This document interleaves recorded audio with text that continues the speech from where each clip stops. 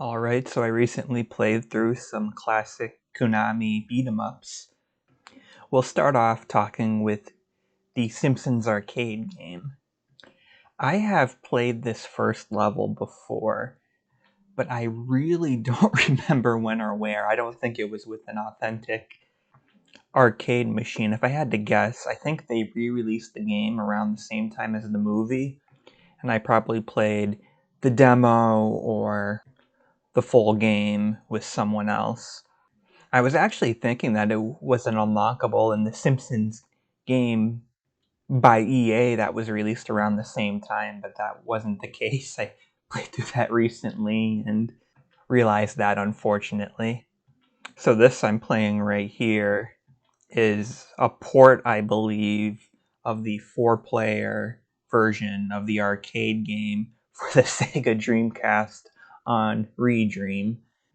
It's kind of funny because I kind of glitched the game, I suppose, is a way to put it. Because with the 4-player arcade game, from doing a little research, you're kind of locked as playing as Marge, and I couldn't really figure out how to even switch up my controller port and still have the game work to allow me to play as the rest of the Simpsons. But what I did was, through experimentation, I got Homer to work, and then I tried to get it to replicate with Bart and Lisa, and that didn't necessarily happen. But I was able to repeat it with Homer. But I would start up the game like usual, and then when I get to the character select screen, I would back out to Redream settings, turn off controller port 1, redirect my controller to controller port 2, then re-enter the game. Strangely enough, some controls were reversed, particularly the XY buttons and the LR buttons, which isn't a big deal, since that's just to insert another coin. But the other controls that were reversed was the D-pad and C-stick, so that was something I had to change. Because, GameCube D-pad is not super comfortable. I was using the GameCube adapter and controller. But then I would insert a bunch of coins, and eventually it would have Marge and Homer show up, and when I start the game, I would be playing as Homer. Like I said, I got this to happen twice, but I couldn't get it to work for Bart and Lisa. So I don't know if anyone knows more about that, or maybe it's just a circumstantial thing, but something kind of interesting, I guess. I'm here fighting the first boss. I don't know if it was just me, or maybe it's even me just sort of getting used to this game too. But I thought the first boss in this was tougher than the next several bosses. Like, almost this should have been boss 3 or 4. And the following bosses should have been a spot or two earlier. Actually, I do kind of remember the second level before playing it here too. So I'm thinking it was probably the full game, because I think there was a demo, but I don't think they would give you that much of it in the demo. It was, I think, the Cemetery, the Third World, where it was seeming, based on my memory from a long time ago, completely new. You will notice that there is sometimes graphical glitches, particularly just with the colors. I think that became a lot bigger in the Cemetery level, but I don't know if you can see it a bit before then too.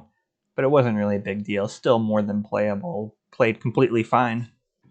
It's a shame there isn't a solid currently available re-release, because the re-release around the movie got delisted, and the only way to get it legitimately now is through a multiple $100 arcade 1-up, which I think the arcade 1-ups are pretty cool. I wouldn't mind getting one if I ever have the space and money for one, but that's certainly way above, I think, what most non-enthusiast hardcore fans would be willing to put in. And I don't know, I think it's kind of a shame they can't, work things out, I guess. Seeing all the different, ports and fan stuff people have made, I think there would be a decent audience.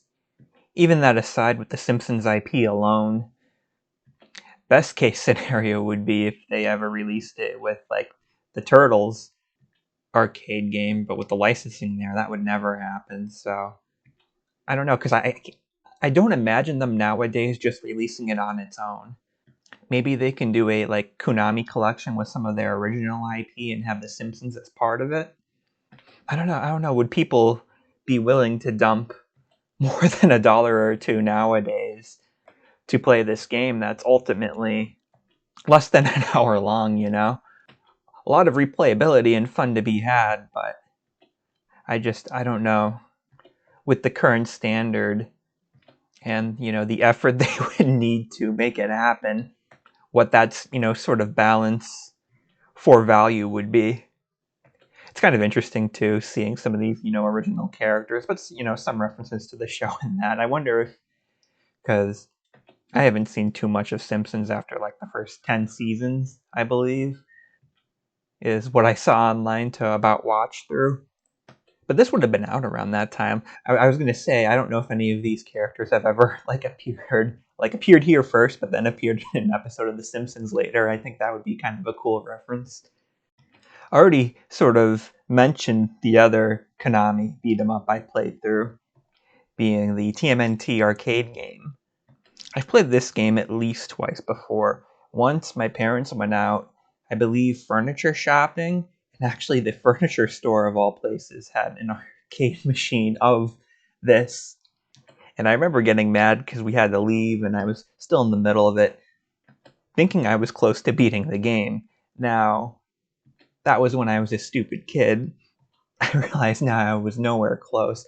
My assumption is that I was probably on this level. This is the second level. And Shredder cameos in the first level. And you saw him there on the electronics, and we were sort of chasing him away after that first level. So my guess is I was on this level thinking I was about to face Shredder, who would clearly in a TMNT game be the final boss. Was a little off, obviously, a bit more than that available. I played the game again, though, later. One of my neighbors, because we were on a beat-em-up kick, particularly with Streets of Rage. So we got and played through TMNT 2 Battle Nexus, which had the arcade game in it. And I remember we didn't beat that either. I remember thinking we were pretty close, knowing it probably wasn't a super long game and being frustrated. Because I wanted to finish that before finishing Battle Nexus, but my neighbors disagreed, and I don't think we wound up finishing either one. I think we only played a little more Battle Nexus and moved on to something else. I believe we made it to the skateboarding mission, because I do remember that.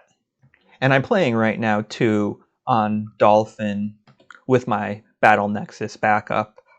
So I did finally go through and complete both of them now, many years later. And Battle Nexus itself is okay. It's kind of what you would expect from a licensed sort of beat-em-up platformer game from the time. Nothing too special, but it's passable. Something that actually kind of threw me off with this game is I sort of realized how much more limited your abilities were. You pretty much just have attack and jump. I thought you may have had like a strong attack, weak attack, and combos like you had in Battle Nexus. Not that that's a problem. There's certainly depth with, jumping and moving side to side. And just the different stuff around the level that keep it engaging all throughout. I was able to change my controller port here and play as all the turtles on, like, The Simpsons. I feel like Michelangelo was the only super distinct one, because he had an attack where he sort of whirled around his nunchucks. There's, subtle difference. I guess Donatello, too, he had a bit more range with his staff. Yeah, because in this game, too, I thought the first boss was a little tougher, at least than the second. Fighting both of them at the same time a little later was pretty cool, though, too. Two things you'll notice, though, is I don't really take advantage of barrels because I was stupid and thought that that was just something you had to avoid, getting caught up in an explosion. Turns out it's more like, a little bomb you can set off that could, really help battling the mass hordes here. I also didn't really sidestep up and down as much. You'll see me switching characters here now, but part of the reason I was using a GameCube controller to begin with is because, like I said, I started off playing this one first, actually, and wanted that authentic experience if I could. but then this is tied to the D-pad, and I just didn't think to remap the D-pad to the C-stick in Dolphin until I was already through it. So, I mean, this is a fun game. I'm sure I'll play it again eventually at some point, and hopefully have a better time with movement and general ability. I get my ass kicked a lot, especially towards the end. Not that I was even that good to begin with, even with the Simpsons game when I had that fixed. I do want to play Turtles in Time because I've heard great things about it, but I have no personal attachment to it. I've never played it.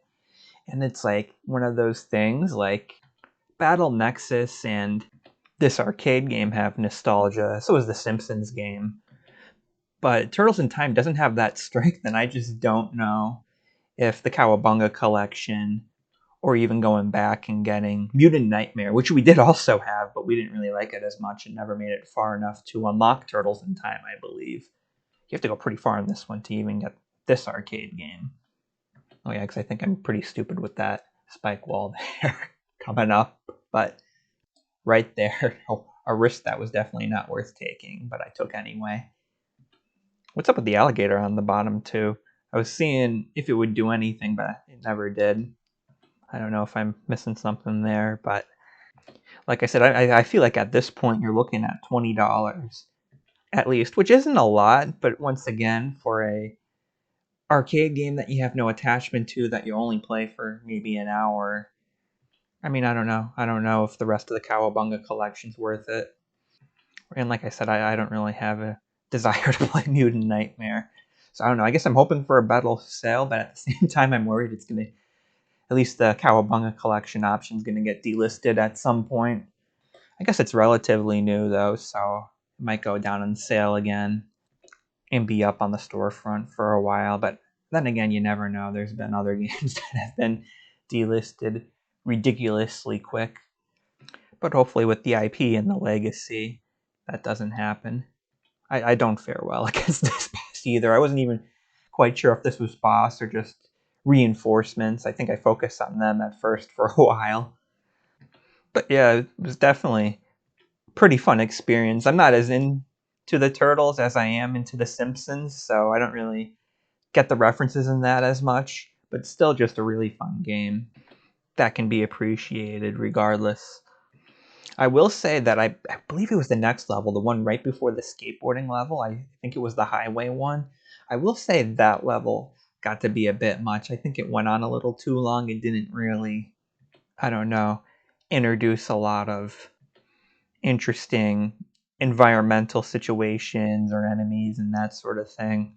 Maybe it was just me. Like I said, I wasn't playing my best here with my controls and knowledge, but if only we can get a Turtles in Time and Simpsons Arcade duo collection or something there. Throw in other stuff too if you want, but at least those two things. That's my dream with this, I guess.